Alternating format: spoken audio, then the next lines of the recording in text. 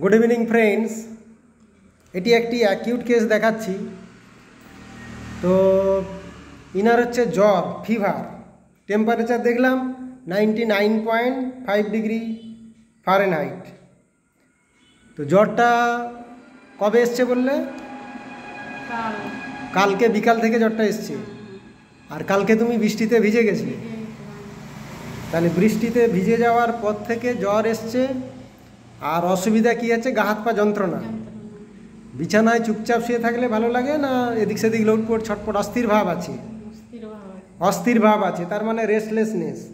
পিপাসা কেমন? জল তেষ্টা? পিপাসা আছে কিন্তু খেতে পাচ্ছে না, রেস্টলেসনেস। আর কজেশন হচ্ছে বৃষ্টিতে ভিজে গেছে, রেস্টলেসনেস আছে। আচ্ছা, জিভটা দেখাও। টাং মোটামুটি একটু জিভের দিকটা, ডোগার দিকটা একটু ক্লিয়ার আছে, রেড টিপ, ট্রায়াঙ্গুলার রেড টিপ টাং। জিভের সামনের দিকটা একটু লালচে ভাব আছে। তো সর্দি কাশি নেই, তাই তো? সর্দি কাশি নেই।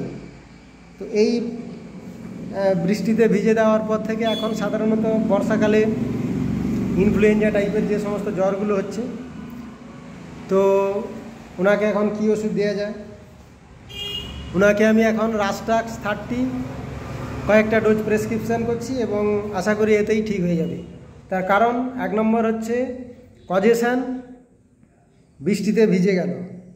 আর সিমটমস হচ্ছে রেস্টলেসনেস, পিপাসা আছে কিন্তু খেতে পাচ্ছে না, আর ট্রায়াঙ্গুলার রেড টিপ টাং, আর বডি এক, ফাইব্রোমাস্কুলার পেন, সারা শরীরে গা হাত পায়ে একটা যন্ত্রণা, রেস্টলেসনেস। মাঝে মাঝে পেট ব্যথা করেছে।